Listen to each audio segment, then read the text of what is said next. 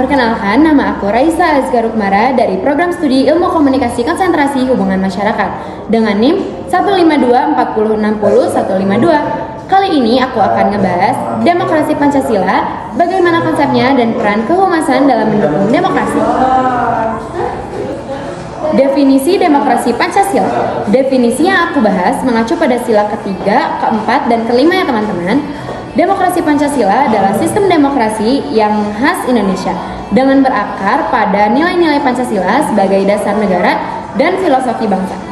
Demokrasi ini menekankan partisipasi rakyat, musyawarah untuk mufakat, persatuan, serta keadilan sosial, bukan sekedar kompetisi, suara mayoritas ala barat. Nilai demokrasi Pancasila juga terkait dengan penghormatan terhadap HAM, persatuan bangsa, dan keadilan sosial.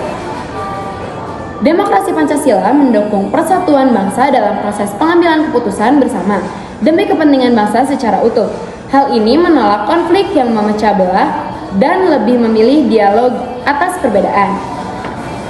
Nilai keadilan sosial menurut proses demokrasi yang adil, setara, dan memberi akses kepada semua kelompok masyarakat untuk ikut serta dalam proses politik, sosial, dan ekonomi.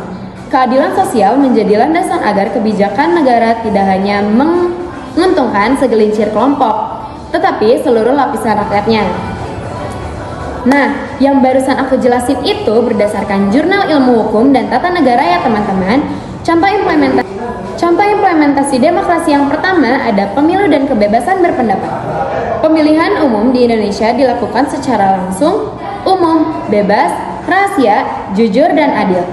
Selain itu, kebebasan berpendapat dijamin sehingga masyarakat dapat menyuarakan pandangan mereka di ruang publik.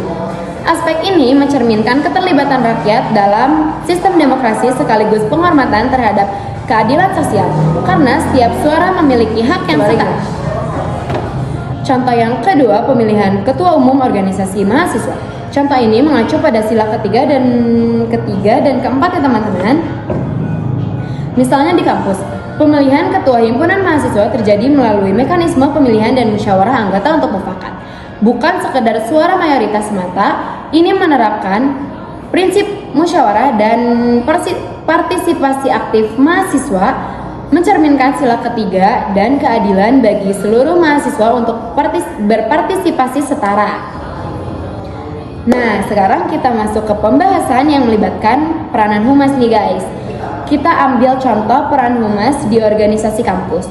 Perannya mempublikasikan informasi penting seperti jadwal pemilihan presma, tata cara pengajuan aspirasi atau hasil musyawarah via media sosial resmi, atau papan pengumuman digital guna menjamin keterbukaan informasi kepada seluruh anggota.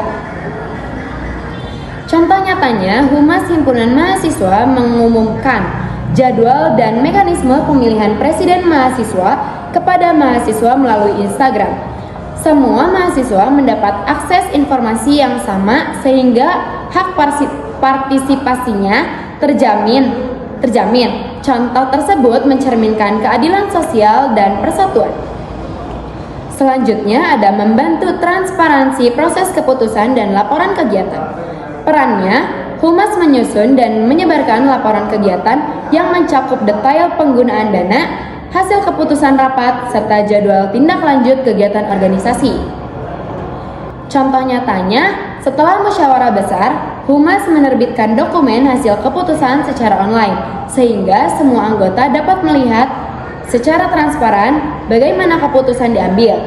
Ini mengimplementasikan keadilan sosial karena informasi ini tidak tertutup kepada sebagian anggota saja. Sekian penjelasan tentang demokrasi Pancasila dari saya, kurang lebihnya mohon maaf. Terima kasih teman-teman.